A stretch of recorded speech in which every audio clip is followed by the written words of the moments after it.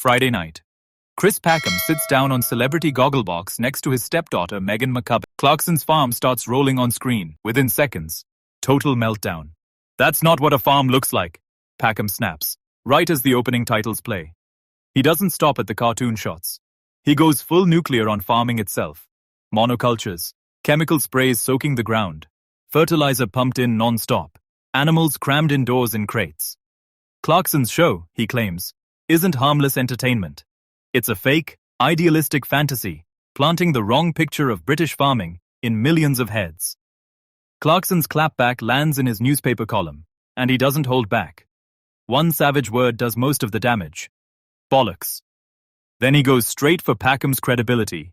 Claims Packham visited Diddley Squat back in 2012, spent the day walking the woods, bird-watching, foraging. If crated animals were being crushed right there, Clarkson argues, he'd have clocked it and said something. Welcome to the messiest, most personal farming feud on British TV right now. Let's break it down properly. Context. Here's why this one actually matters, and isn't just a scroll-past headline. In early 2026, Packham told The Telegraph the whole feud was overblown, calling Clarkson extraordinarily hospitable from their time working together. Just months later, he tortures Clarkson's farm on national TV, calling it a misleading fantasy about British agriculture. Two completely different versions of Packham, stamped with the same year, sitting side by side.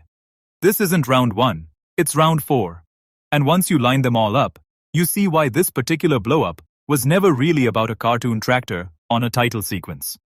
Round 1, Nov 2023. Clarkson uses his column to trash Planet Earth 3, saying David Attenborough's series went too hard on climate messaging and forgot about the animals. Packham fires back online, brands him a massive cock-offer. His own words, posted for everyone to see. Round 2, Jan 2025. Clarkson mocks Winterwatch, dismisses Packham's environmental activism as clueless about the real world. Shorter exchange, same exact shape. Clarkson provokes in print. Packham claps back publicly. Round 3. The twist. In that Telegraph sit-down, Packham does something unexpected. He de-escalates completely. Everybody expects me to hate Jeremy, he says. We worked together, and he was extraordinarily hospitable. Then he goes further, almost handing Clarkson a compliment disguised as analysis. He says Clarkson sometimes needs to antagonize a situation just to spark a real conversation. Sit with that. He's not accusing Clarkson of anything shady. He's describing a strategy. One broadcaster clocking another broadcaster's entire playbook with something close to respect. Then, months later, Packham does the exact move he just called out. He goes on live national TV and antagonizes the situation himself. Round 4, happening now. Gogglebox airs, Packham objects to the opening titles, then widens the attack to farming as a whole. Crates, chemicals, fertilizer, the works. Clarkson responds in his column with bollocks, then drops the 2012 visit story, a sharp, specific, checkable claim, implying Packham knowingly twisted facts he'd already seen with his own eyes. The crack. But here's the crack that changes everything. Clarkson didn't actually start farming that land, or call it Diddley Squat, until years after 2012. Before that, it had a totally different name, run by a local contract farmer in a completely different way. So either Clarkson's using the name loosely for land that hadn't earned that identity yet, or his timeline has drifted. Neither option is small when the entire punch of his argument rests on, I was there, and so were you. This doesn't prove Clarkson invented the visit, or that Packham never set foot there.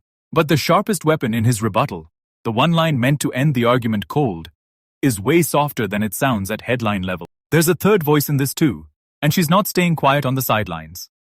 Harriet Cowan, a Clarkson's farm regular, clips Packham's Gogglebox rant, slaps on the caption, the BBC's impartial presenter, and fires back. Research your facts before shading every farmer. She points her own camera at her Derbyshire land and challenges everyone to show off their horrible monoculture farm too. What started as a two-man beef is now spiraling into a full-blown farming community pile-on, with outsiders picking sides using their own operations as proof. The fair take. To be fair, Packham isn't completely off base either. His real target seems to be corporate industrial farming.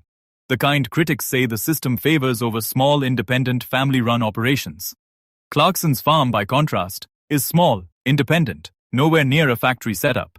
So both men might technically be right, just swinging at completely the wrong targets. Nobody paused long enough in a 30-second TV clip to make that distinction. Closing. No confirmed follow-up column. No scheduled rematch. But look at the pattern. 2023, 2025, 2026. Evenly spaced, back-to-back triggers. One man saying something, the other refuses to let slide. If that pattern holds, round 5 isn't a question of if, it's when. So here's what we actually want to know. Did Packham contradict himself by reigniting this fight? Or did he just prove his own theory about Clarkson right by doing the exact same thing he called out? And Clarkson's shaky 2012 timeline? Does that torch his entire defense? Or does the core point still land for you regardless? Drop your take below. Tell us where you're watching from. And tell us which feud we should break down next.